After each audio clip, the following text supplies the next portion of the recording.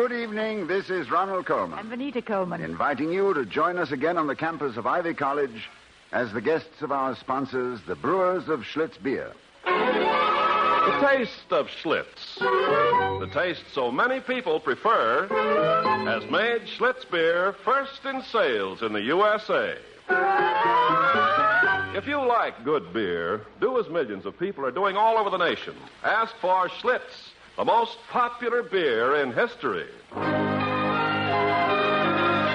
now, the Halls of Ivy. Halls of Ivy that surround us here today, and we will not forget though we be far away. Welcome again to Ivy College, that is, in the town of Ivy, USA.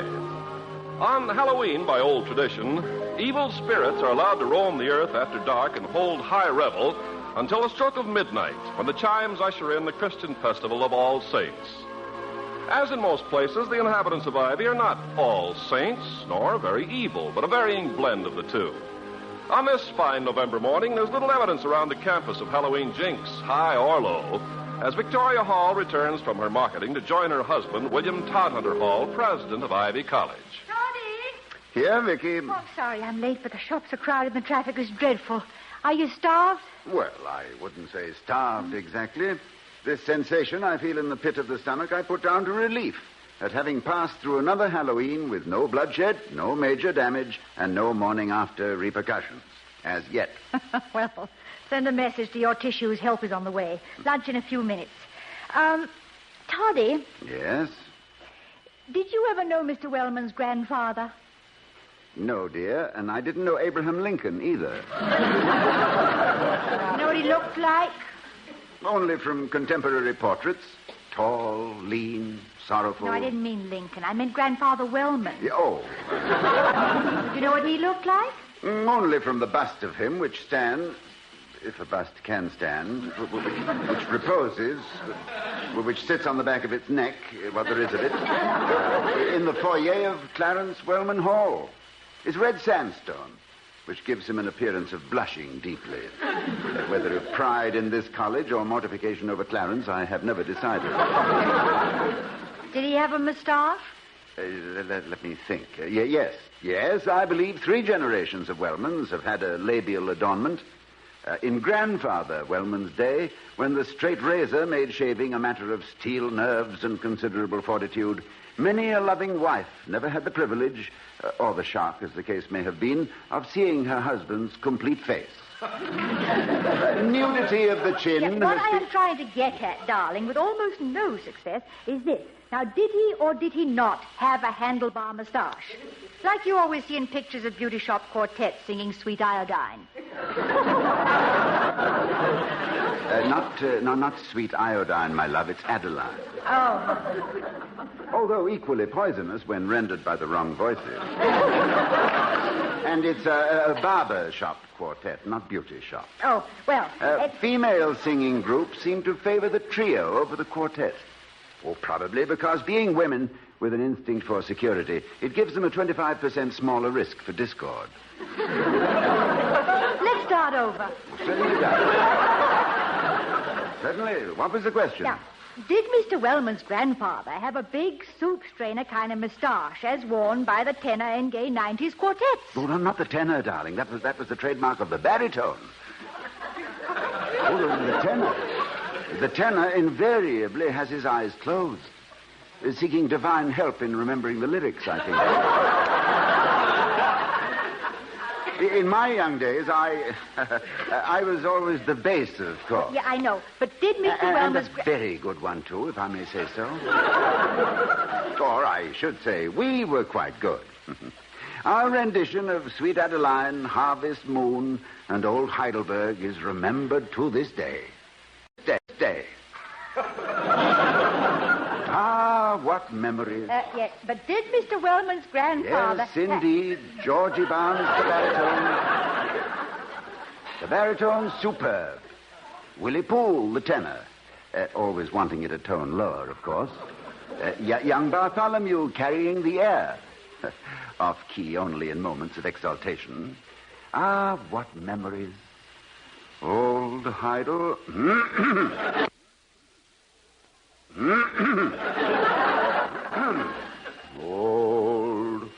Old Heidel. Yeah, I'm sure it was beautiful. What about Mr. Wellman? Avoided him like the plague, darling. Couldn't carry a tune in a hamper. No sex appeal, no quality. Oh, I'm sorry, my darling. Yes. Wellman, of course. Now, what were we... Yeah, now, I'll try once more. See, now, did Mr. Wellman's grandfather have a handlebar moustache? No, he did not. He has now. Well, it's possible, I suppose, but inasmuch as he died years ago... And he has a blue nose. Well, it's a nice character touch, I thought, if he's anything like Clarence. Vicky, what are you talking But about? that's what I've been trying to tell you. I was passing by Wellman Hall when a crowd of youngsters came boiling out, and I bumped into Eddie Gray, and he told me of the sabotage, the blasphemy, the sacrilege. So I went in, and there it was. Mr. Wellman's grandfather's bust, moustache and all. Was it bad? It was awful. Or do you think it will wash off? Well, I gave it a little dab with a damp handkerchief, but it'll take a lot of scrubbing. Oh, yes. I forgot to tell you. On the base of the bust, in black paint, Yes. there was written, Prexy loves Wellman. Vicky, a few minutes ago my heart was singing and the sun was shining, and now my left ear has cupped itself around to the telephone over there. Yeah, well, it's all right, darling. Wellman's in Philadelphia visiting his sister, poor girl. Once more my heart is singing and my ear has flopped back. Yes. Not that I'm against the fine arts, of course, but who could have done it to poor old Grandpa Wellman? Oh, any one of a few hundred students, I should say. After all, last night was Halloween, and you'll often find Oh, that... darling, will you answer that? I must go and fix my hair. Yeah, all right, darling. Remarkable woman, Vicky. Finds out everything. Painting the Wellman bust, eh? Ha ha. Amusing. Prexy loves Wellman. Revolting. Handlebar moustache. Old Heidelberg. Hi, Dr. Hall. Ah, Mr. Merriweather, come in. And how is the more rational element of the Board of Governors today? In the absence of our chairman, Doctor, I'm convalescing, and all is quiet. The other knights of the Round Table have doffed their armor and are resting on their swords. So I took my shield and got the helmet out of there. To pursue your analogy, Mr. Merriweather, am I to understand you visualize Mr. Wellman as King Arthur? Heaven forfend, Sir Lancelot. My knowledge of the Arthurian legends is somewhat sketchy, but I'd be inclined to place dear Clarence somewhere between the jealous King Mark and Sir Mordred of melancholy memory. Well, it's a good thing you don't have the responsibility of casting Tristan and Isolde for the Wagner Festival. I would be more tempted to see Wellman in the part of the sword Excalibur for the pleasure of seeing him thrown into the lake. Say, not so bad for a boy who got straight D's in medieval history. Where's the Lady Guinevere? Up in the North Tower, combing her tresses by her casement window, scanning the horizon to see which sail comes from France, black or white. White if it's me, black if it's Wellman. White it is. Welcome, Mr. Merriweather. What on earth are you two talking about? About the days of old, When knights were bold, and ships had wooden decks, and warriors bold. fell down the hold. And broke their Careful, ma'am. sturdy necks. You know, I was exposed to quite a bit of education in my day, but the only times I ever feel that it took is when I'm over here. Well, I'll come over here more often. You can be a visitor cum laude. Thank you. Doctor, I am the bearer of glad tidings. Oh, Did you know that they are at last improving Faculty Row? The street, I mean. good. Well, it's about time. It's bad enough for a college to get into a rut, but for all those ruts to get into a college. Well, perhaps I should say they started excavating yesterday. Today, all is quiet as the grave. In fact, one long grave has been dug, and there she lies.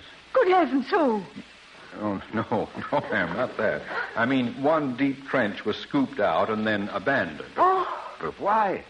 Today is not a holiday. Did anyone call the department? All the necessary departments and authorities have been called, and all profess ignorance of any order for street improvements along Faculty Road.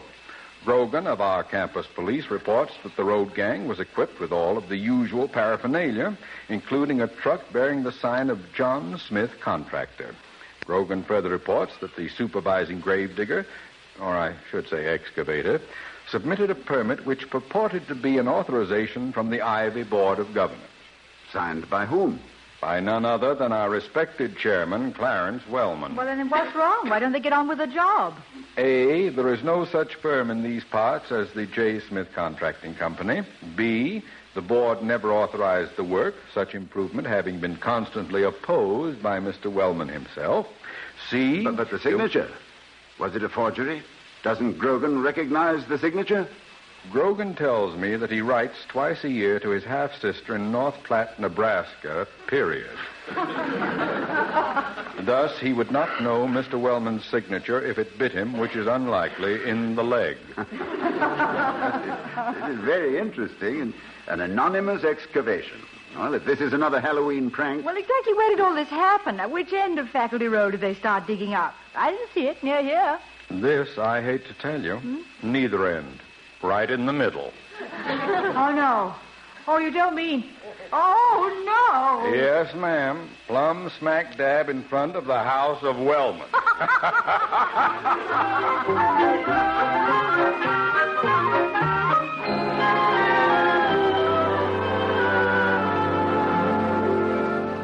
Vicky. Yeah, Toddy. Well, what's new on the Halloween front? All is reasonably quiet.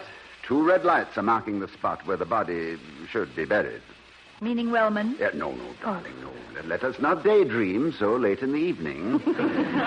No, so that nobody should fall into the hole in the dark. Oh. And we've discovered the name of the culprit. The same one seems to have committed both crimes. And in each case he is, or calls himself, John Smith. An obvious pseudo thing. It's a nom de bust. There are thousands of John Smiths. Yes. Yes, as a matter of fact, a young cousin of mine married one. As Mr. and Mrs. John Smith, their honeymoon tour through the motels and resorts of the great Northwest was a series of acute embarrassments. What'd they do, buy a tent? Yeah, after 10 days, they registered everywhere under the name of Finkelhoff. But it seems to be right at my elbow for once.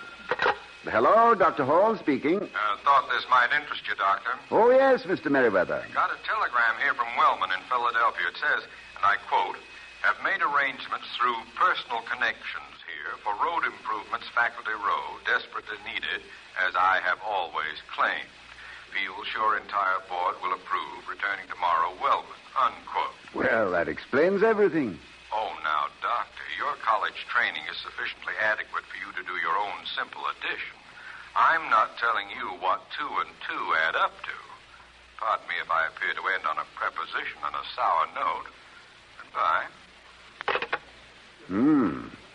What did he say? What did he say? What did he say? He thinks I should be able to add 2 and 2. But in this case, Vicky, it's not that simple. It gets into vulgar fractions. Oh, but darling, if it's anything vulgar, you know you can always tell me. Well, it's like this. Clarence Wellman has made arrangements for the repaving of Faculty Row, after someone had already begun work on it. Now I must find someone who owns a scalpel and a microscope. A scalpel and a microscope? Yes, someone has been reading Clarence's mind.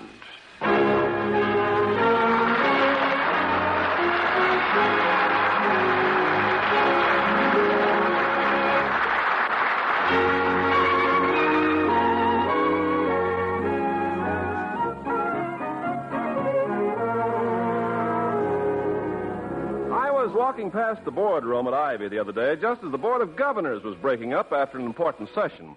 Suddenly, my ears were assaulted by a very familiar voice. A voice that... Carpenter, I say there, Mr. Carpenter. Oh, yeah, Mr. Wellman. Well, you look happy. What's wrong?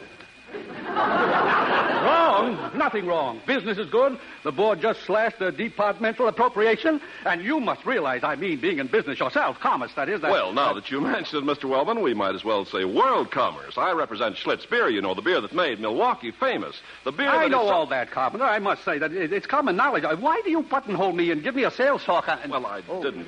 Schlitz beer, huh? Yes. Yeah, very familiar name. Yeah. S-H-L-I-T-Z. No. Pardon, Mr. Wellman. It's S-C-H-L-I-T-Z. You left out the C. I said S-C-H-L-I-T-Z. Or I thought I did, didn't I? Oh, well, what's just one letter? Well, in this particular case, it's very important, but ordinarily I'd say... Schlitz beer is the one beer I've given Mrs. Wellman proof I mean to store in our refrigerator. What has storing Schlitz in your refrigerator got to do with being chairman of the Board of Governors, Mr. Wellman? A silly question, Carpenter. Obvious, as chairman of the board, watchdog of the Treasury, always by quality. No appropriations unless, well, good heavens, Carpenter, as a businessman... Mr. Wellman... What is it? I'm sorry, I wasn't through yet, Carpenter. I just want to say that a quality product, Carpenter, justifies an appropriation, and Schlitz beer is. The best is none too good for someone who... Am I making myself clear, Carpenter? Oh, yes, perfectly clear, Mr. Wellman. Not only to me, but to millions of Americans who are enjoying Schlitz, the most popular beer in history. Glad to hear it. Couldn't happen to a finer beer. Thank you. Mr. Carpenter, I must be off now. Got to check up on the supplies in our refrigerator. Well, a pleasant good afternoon to you, Mr. Wellman. Not just from me, but from Schlitz, too.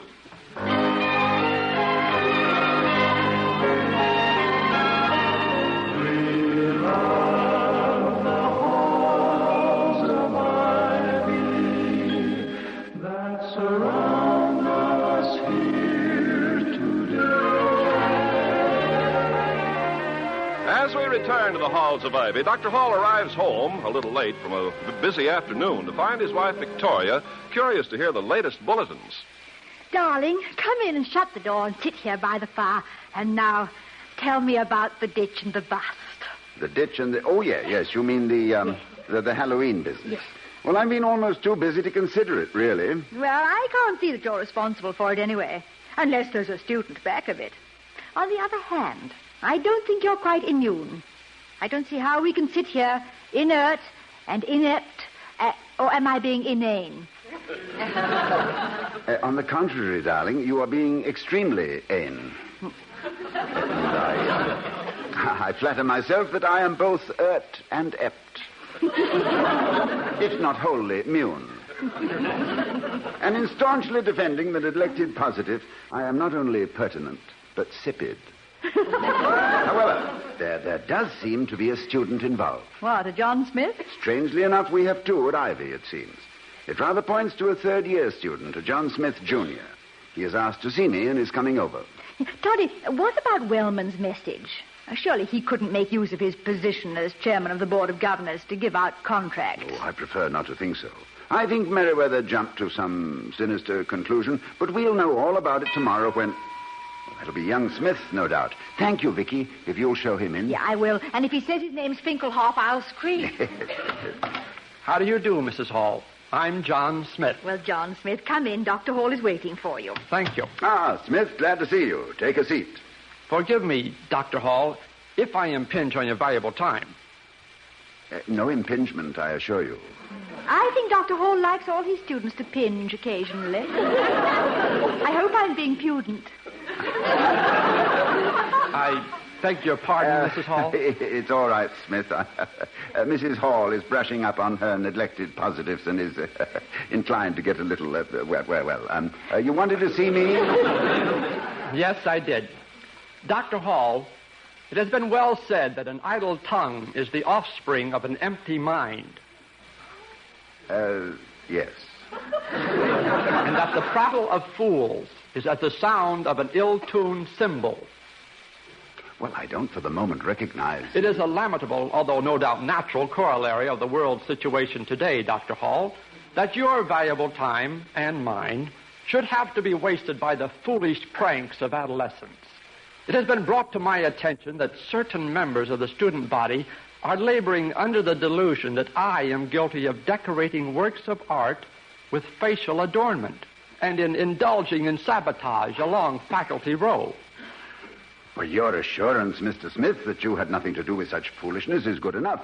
And I appreciate your coming to see me. How long have you been at Ivy? I am commencing my 3rd year, Dr. Hall. And may I say that in spite of certain elements here that are to be deplored, I regard Ivy College not only as my alma mater, but as ne plus ultra. Ne plus... Latin. Meaning, of course, nothing finer. And what are you majoring in, Smith? Latin. Naturally. And I am applying myself to courses in political economy and in public speaking. Well, you should study some of my husband's speeches. Oh, I do, Mrs. Hall. All of them. May I say that I pattern my phraseology and diction along the lines of Dr. Hall? Well, you're doing fine, John. I would like to add, Mrs. Hall, that I regard him as my Ne plus ultra? Precisely. Yes, sir, thank you. But to return to the subject under first discussion, Smith. Now, have you any light to throw on this Halloween matter? Do you know who did it? How did your name become mixed up in it? Are you or have you ever been a member Darling, the Fifth Amendment. Oh, yes. As I was saying. Excuse me, sir. My father has been visiting me here, and I know he wants to meet you. I believe he might throw more light on this mystery than anyone. I think it would be well if you talked with him. By all means, I shall be happy to meet him. Then I will take my leave. Mrs. Hall, good day. Good day. Yeah, and thank you for coming. Oh, before you go, that quotation, the prattle of fools is as an ill-tuned cymbal. Yes. Very good. I can't quite place the authorship. My own, Dr. Hall. Oh. Very good indeed. Except for the ill-tuned cymbal. I borrowed that from Sir Francis Bacon. Good night. Good night. Good night.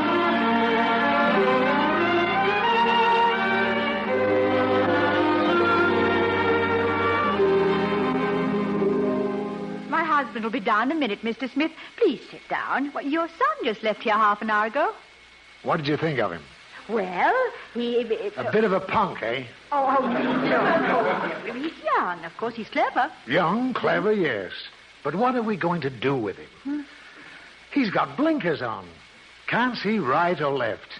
How can you judge if you only see straight ahead? Might as well be a horse.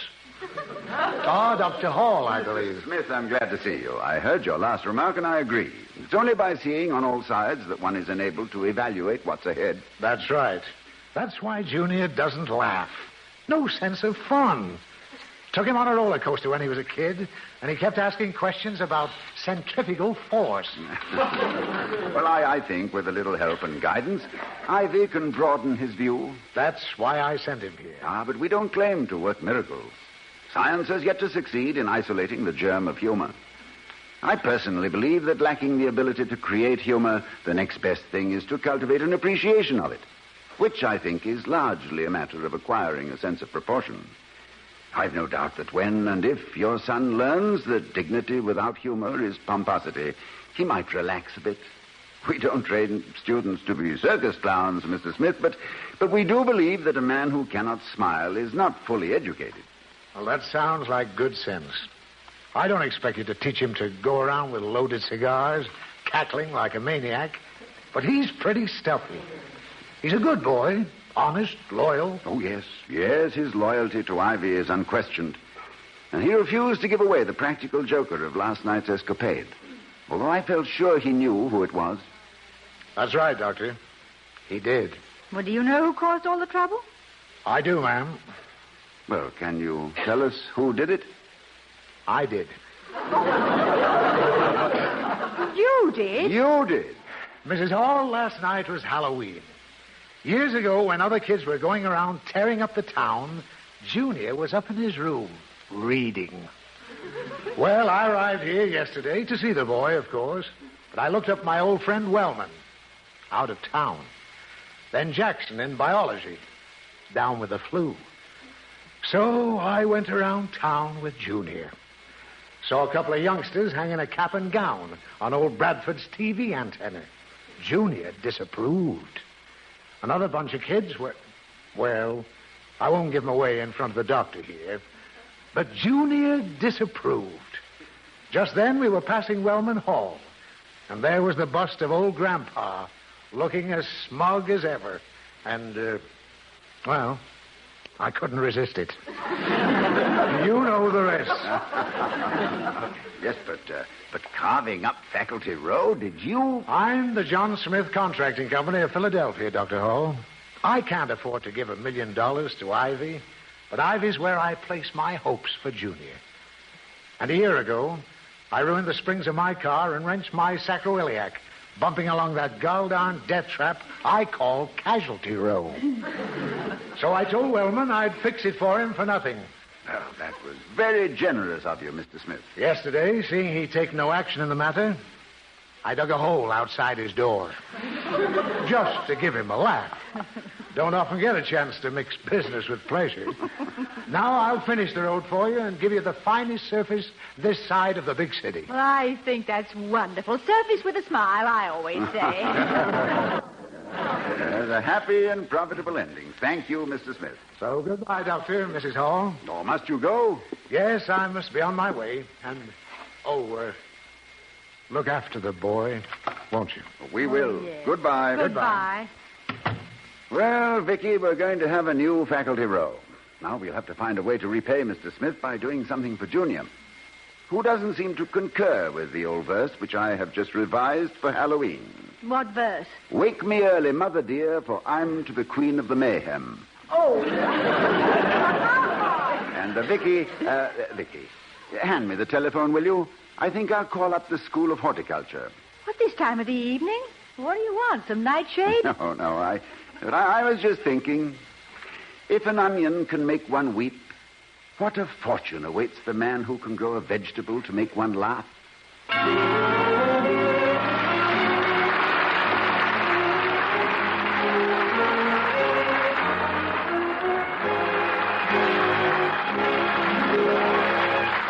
Halls of Ivy, starring Mr. and Mrs. Ronald Coleman, has been presented by Schlitz, the beer that made Milwaukee famous. The taste of Schlitz, the taste so many people prefer, has made Schlitz beer first in sales in the USA. Why don't you, too, enjoy the most popular beer in history? Next time, every time, ask for Schlitz beer. Now, here again are Mr. and Mrs. Ronald Coleman. Good night, everybody. Good night from all of us. And from our sponsor, the Joseph Schlitz Brewing Company of Milwaukee, Wisconsin, and its thousands of friendly dealers throughout the nation. Good night. Good night.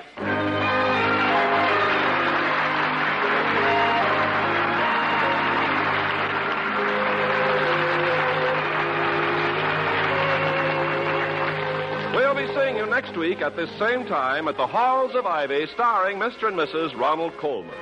Mr. Merriweather was played by Gale Gordon. John Smith Sr. was Hanley Stafford, and John Smith Jr. was Charles Smith. Tonight's script was written by Ronald Coleman and Don Quinn. Music was composed and conducted by Henry Russell. The Halls of Ivy was created by Don Quinn, directed by Nat Wolf, and presented by the Joseph Schlitz Brewing Company of Milwaukee, Wisconsin. We invite you to enjoy on television the Schlitz Playhouse of Stars with Helen Hayes, Margaret Sullivan, Walter Hampton, and more of the brightest names of Hollywood and Broadway. See your newspaper for time and channel. Ken Carpenter speaking. Oh, we